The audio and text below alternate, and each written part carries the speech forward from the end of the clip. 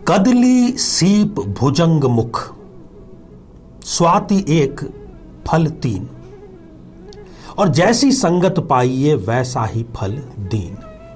स्वाति नक्षत्र की जो बूंद है वो अलग अलग स्थानों पर गिरने से, अलग अलग संगम से अलग अलग परिणाम प्रदान करती है, और संगत का इतना गहरा असर पड़ता है हम आप ये सभी अच्छे से जानते हैं, परंतु फिर भी जो मनुष्य का मन है वो उसको गलत संगत की तरफ लेकर के जाता है।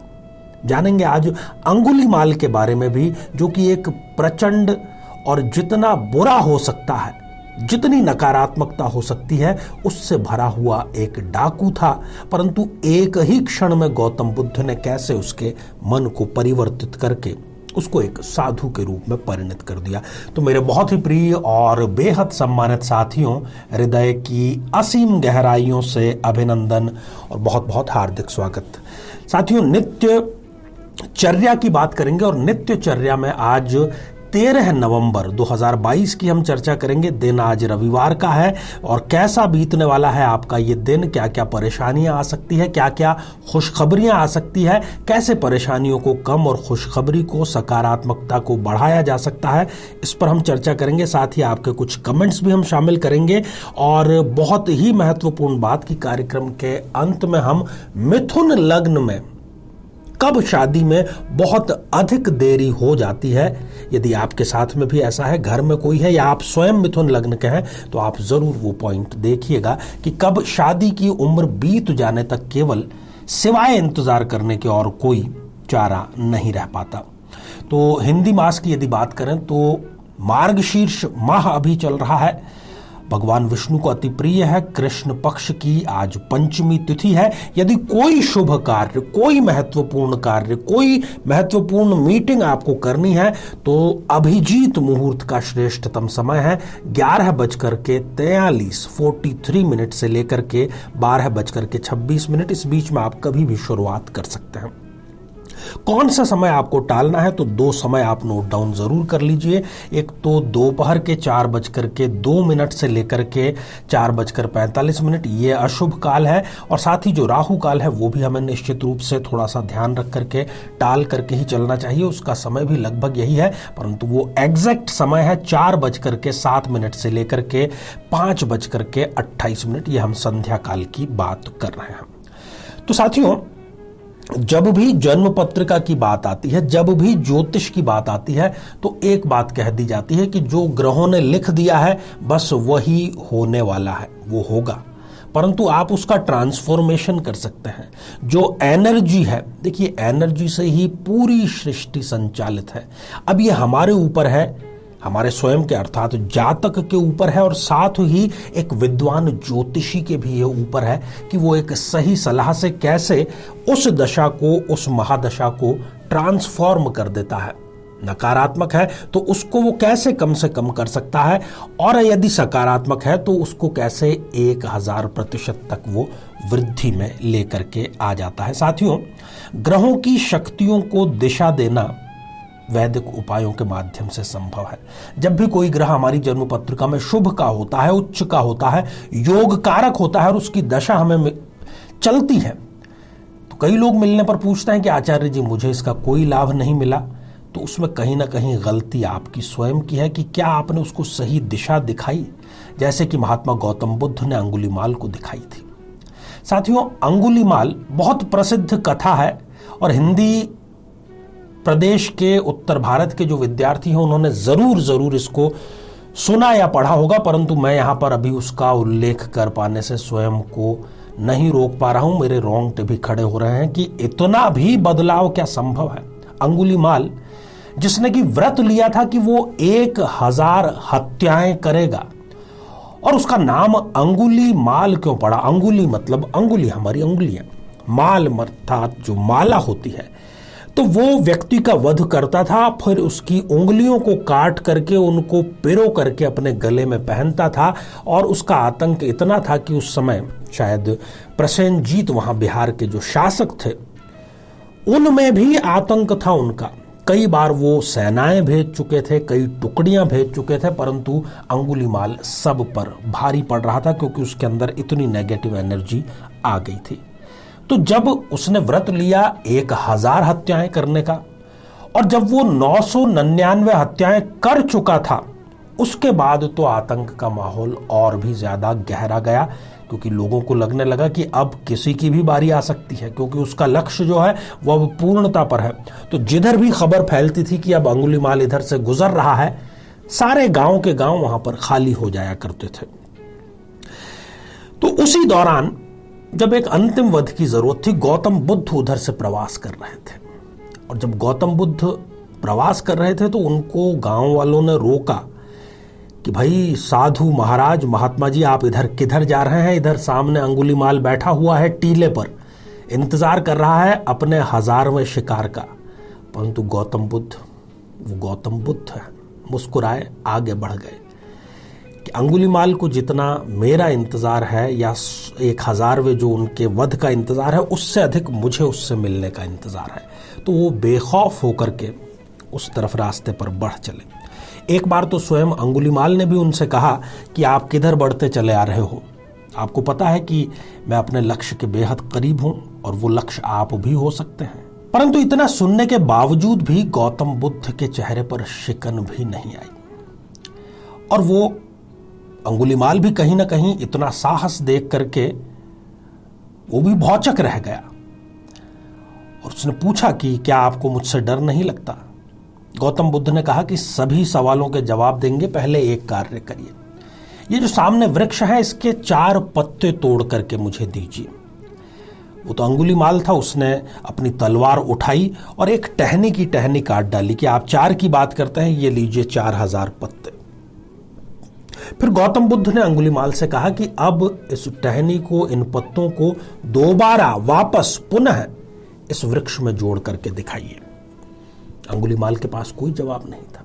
उसने कहा कि ये तो नामुमकिन है।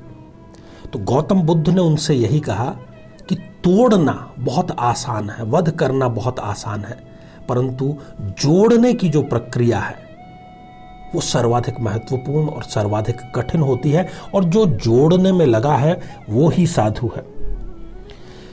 तो अंगुलीमाल के अंदर जो असीम ऊर्जा थी, नकारात्मक ऊर्जा थी, तामसिक ऊर्जा थी, उसको उस महापुरुष ने, गौतम बुद्ध ने पॉजिटिव एनर्जी में उसको कन्वर्ट कर दिया, और वो स्वयं एक साधु बन गया। पूरी जनता, राजा, सब इस बात पर पहले तो किसी ने यकीन नहीं किया कि अंगुलीमाल भी ऐसा कर सकता है, पर अंततः करना पड़ा। तो ये थी ट्रांसफॉर्मेशन की कहानी, और ये ग्रहों पर भी लागू होती है। हम मारक ग्रह को भी, पाप ग्रह को भी यदि सही उपायों के माध्यम से चाहें तो सही दिशा दे सकता है। जीवन में किसी समस्या का सामना कर रहे हैं, जैसे कि शादी में देरी होना, पति पत्नी में मनमुटाव या तलाक तक की नौबत आ जाना, संतान का प्राप्त न हो पाना, नौकरी या धन प्राप्ति में बाधा आना, जीवन के प्रत्येक क्षेत्र में किसी न किसी प्रकार की बाधा आना, तो आज ही अपनी जन्म पत्रिका का संपूर्ण विश्लेषण करवाएं और पाएं समस्या से सदैव के लिए मुक्ति। तो साथियों, आगे बढ़ते हैं, सिलसिला प्रारंभ करते हैं आज के राशिफल का, और शुरुआत जो है वो मेष राशि से हम कर रहे हैं। तो मेष राशि के जो जातक हैं, विद्यार्थियों के लिए आज थोड़ा सा टेंशन, या इससे थोड़ा बड़ा शब्द में इस्तेमाल करूं तो एक आतंक का माहौल रहेगा। उनकी स्थिति जो है तनावपूर्ण रहेगी, किसी भी प्रकार के निर्णय ले पाने में वो बिल्कुल भी सक्षम या अपने आप को फिट नहीं पाएंगे। ऐसे मेरे भाई और बहन जो विदेश संबंधी कोई व्यापार करते हैं, विदेश जाना चाहते हैं, किसी भी प्रकार से विदेश संबंधी कोई कार्य है, उसके लिए आज आपको ढेर सारी शुभकामनाएं, क्योंकि ये कार्य आपका आगे जरूर बढ़ेगा। और सबसे बड़ी बात कि आपकी सराहना होगी, खास तौर पर अपने पारिवारिक माहौल में, आपके दोस्तों के और आपके जो परोपकार के कार्य हैं, चाहे वो आपने पहले ही किए थे, पर अब उसको एक प्रकार से रिकॉग्नाइजेशन मिलेगी। साथियों, वृषभ राशि के जो जातक हैं, खास तौर पर जो राजनीति में, किसी प्रकार के सामाजिक कार्यों में हैं, उनको प्रतिष्ठा का अवसर आज मिलेगा। कोई बड़ी जिम्मेदारी उनको मिल सकती है, उनको सम्मानित किया जा सकता है। अकारण क्रोध की स्थितियां 2 से 3 बार पैदा होगी, परंतु वापस वही बात कि क्रोध चाहे कारण हो अकारण हो, हमेशा उसको शांत करने में ही आपका भला होगा। पारिवारिक किसी वजह से आपको झुंझलाहट हो सकती है, परंतु उस झुंझलाहट को आप क्रोध तक बढ़ने बिल्कुल भी मत दीजिए, क्योंकि जब एक बार आग लग जाती है और आग बढ़ जाती है तब उसको बुझाना मुश्किल होता है, चिंगारी को बुझाना बड़ा आसान होता है। साथियों, बात मिथुन राशि की। मौसमी बीमारियां, खासतौर पर जुकाम या हल्का फुल्का जो बुखार है, इससे पीड़ित हो सकते हैं। खासतौर पर मिथुन राशि के जो बच्चे हैं तो उनके माता पिता को आज उनका विशेष ख्याल रखना चाहिए। जो डिसीजन आप आज लेना चाहते हैं उसमें आपको एक से अधिक विकल्प मिल जाएंगे, और जब विकल्प मिलते हैं तब फिर हम उलझन में पड़ जाते हैं। हम ये डिसीजन नहीं ले पाते कि कौन सा विकल्प हमारे लिए ज़्यादा सही है। तो आप ठहर कर इत्मीनान से किसी विद्वान की सलाह लेकर के ही आप आगे का डिसीजन लें।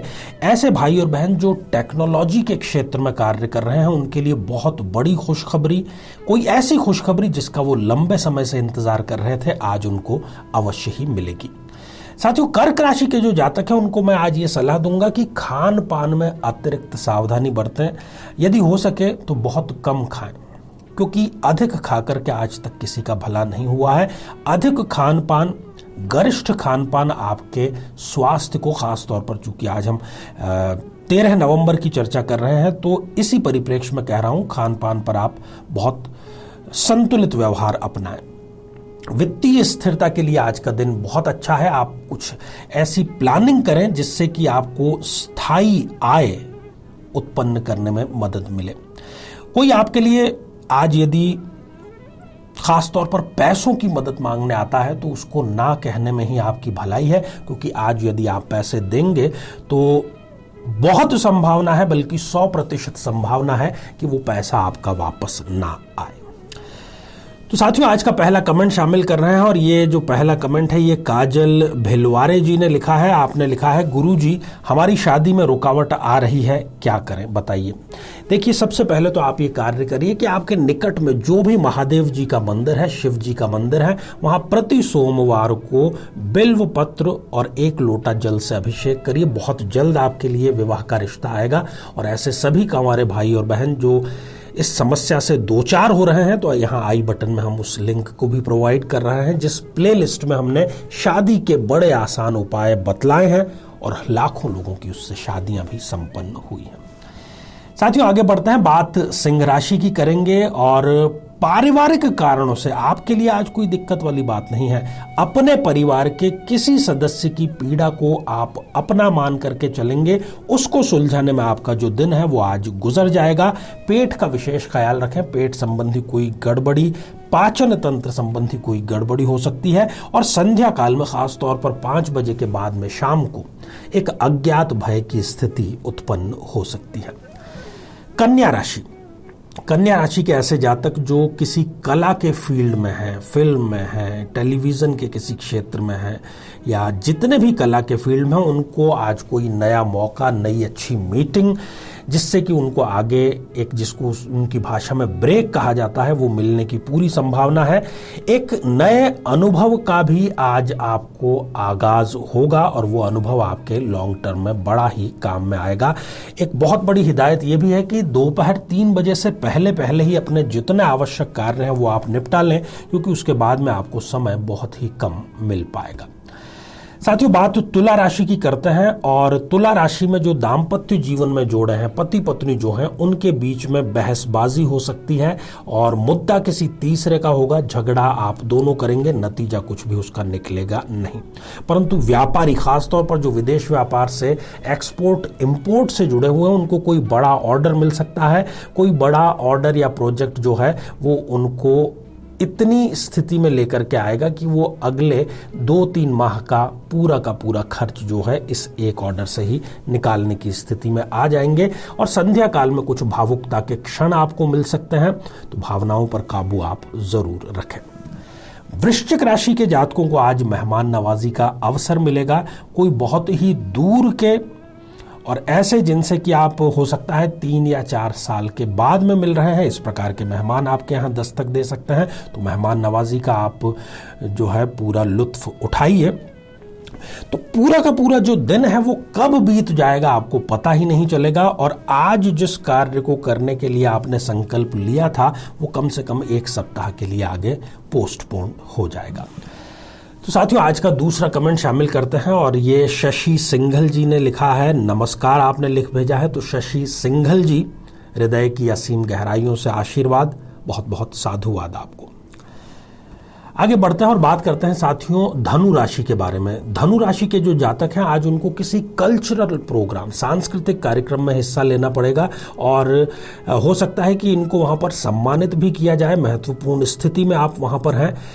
आज भले ही है संडे, परंतु हो सकता है कि कोई कार्य आपको रिश्वत दे करके करवाना पड़ जाए। कार्य वो आपका जरूर हो जाएगा, और इमोशंस पर काबू पाने, खासतौर पर जो हमारे नकारात्मक इमोशंस हैं, क्रोध, इस पर आप काबू जरूर रखें। साथ ही बात मकर राशि की करते हैं, और पिछली बातें आज आपको दिन भर परेशान करेगी, बल्कि ये कहूं कि जो दिन की शुरुआत ही है वो पिछली किसी बात के दिमाग में घूमने से उत्पन्न होगी, और दिन भर आप उसके बारे में ओवर थिंकिंग, जरूरत से ज्यादा उसको सोचते रहेंगे, और दोपहर तक ये तनाव अपने चरम पर आ जाएगा। पर उसके बाद में ये इसका ढलान शुरू हो जाएगा। आप अपने आप को कम आंक कर बहुत बड़ी गलती कर रहे हैं। आपको बिल्कुल भी अपने आप को कम नहीं आंकना चाहिए। साथियों, बात कुंभ राशि की करते हैं। कुंभ राशि के लिए आज कम से कम दिन में 2 बार ऐसी स्थितियां उत्पन्न होगी कि आपको क्रोध का कड़वा जो घूंट है वो पीना पड़ जाए। समझौते की स्थितियां उत्पन्न हो सकती हैं। आपको अपने मन की कोई है वो ना करने के लिए कहा जा सकता है। 3 विकल्प हालांकि आपको उपलब्ध होंगे, पर वो एक भी विकल्प आपके किसी काम का नहीं होगा, क्योंकि तीनों को आप सिरे से खारिज कर देंगे। बात मीन राशि की करते हैं। जितना आपने आज के लिए सोचा था उससे अधिक आज आपको मिलेगा। प्रेमी प्रेमिका के बीच में एक प्रेम भरी, मिठास भरी जो नोक-झोंक है वो हो सकती है। उससे ज्यादा घबराने की आपको आवश्यकता नहीं है। शाम को कोई ना कोई चौंकाने वाली खबर आपको जरूर मिलेगी। तो साथियों, ये था आज का हमारा राशिफल, और इसके साथ ही जो आज का अंतिम कमेंट है उसकी बारी है, तो उसको भी शामिल कर लेते हैं। और ये कमेंट अलका माने जी ने लिखा है। आपने लिखा है, आचार्य जी नमस्कार, यदि अष्टम भाव में चंद्रमा है तो क्या कुंडली में प्रेत शाप बाधा है? देखिए, ये टर्मिनोलॉजी तो बिल्कुल हम यूज नहीं करेंगे, प्रेत शाप बाधा, परंतु अष्टम भाव में चंद्रमा का होना, यदि उस जातक को चंद्रमा की दशा अंतर्दशा चल रही है, और खासतौर पर यदि मारक है या अच्छी डिग्रियों का नहीं है चंद्रमा, तो तनावपूर्ण स्थिति, अज्ञात भय की स्थिति, ऐसे रोग जो कि जल से उत्पन्न होते हैं, नजला, जुकाम इत्यादि, या कफ के जो रोग हैं वो आपको घेर सकते हैं। तो साथियों, ये था 13 नवंबर का राशिफल। अब बहुत ही महत्वपूर्ण बिंदु एस्ट्रोलॉजिकल एनालिसिस, कुंडली एनालिसिस की बात करते हैं। और इन दिनों ये जो चर्चा है हमारी लग्न दर लग्न चल रही है, और आज जो बारी है वो मिथुन लग्न की बारी है। तो मिथुन लग्न की एक जन्म पत्रिका के माध्यम से इसको समझते हैं। यदि ये स्थिति किसी भी मिथुन लग्न के जातक या जातिका के है, देखिए सप्तम भाव जो होता है वो विवाह का होता है, दाम्पत्य जीवन का होता है। इस जन्म पत्रिका में सप्तमेश हैं विवाह के ही कारक गुरुदेव, परंतु इस जन्म पत्रिका में 2 केंद्र के अधिपति होने के कारण केंद्राधिपत्य दोष इनको जरूर लग जाता है। अब यदि सप्तमेश अपने से छठे या 12वें बैठ जाए इस कुंडली में, यदि बात करें तो यदि इस कुंडली में 12th हाउस में या छठे भाव में गुरुदेव जाकर के बैठ जाएंगे, तो आपके अपने ही रिश्तेदार, अपने ही लोग आपकी शादी में बाधा उत्पन्न करने का कार्य करते हैं। सामने वो ऐसा जताएंगे जैसे कि आपकी वो शादी के लिए प्रयासरत हैं, परंतु पीठ पीछे वो टांग खींचने का ही कार्य करेंगे। और शादी यदि हो भी जाती है तो इस जातक को एक बड़ी परेशानी ये आती है कि ये अपने जीवन साथी की फिजूल खर्च करने की आदत से बहुत परेशान हो जाता है। तो इस कारण से यदि आपके विवाह में देरी आ रही है तो एक केले का पौधा आपको गुरुवार को, और अभी तो मार्गशीर्ष माह चल रहा है, जरूर स्थापित करें। ईश्वर ने चाहा तो इसी माह आपके लिए रिश्ता आगे से चल करके आएगा। तो साथियों, ये लग्न दर लग्न जो चर्चा है ये भी हम हमारे इसी कार्यक्रम में आगे लगातार जारी रखेंगे। आप हमारे कार्यक्रम को इतना पसंद कर रहे हैं, इतना स्नेह दे रहे हैं, अपना अमूल्य समय दे रहे हैं, उसके लिए आप सभी साधुवाद के पात्र हैं। साथियों, आज के लिए केवल इतना ही। आप सभी स्वस्थ, समृद्ध और शांतिपूर्वक जीवन व्यतीत करें। नमस्कार।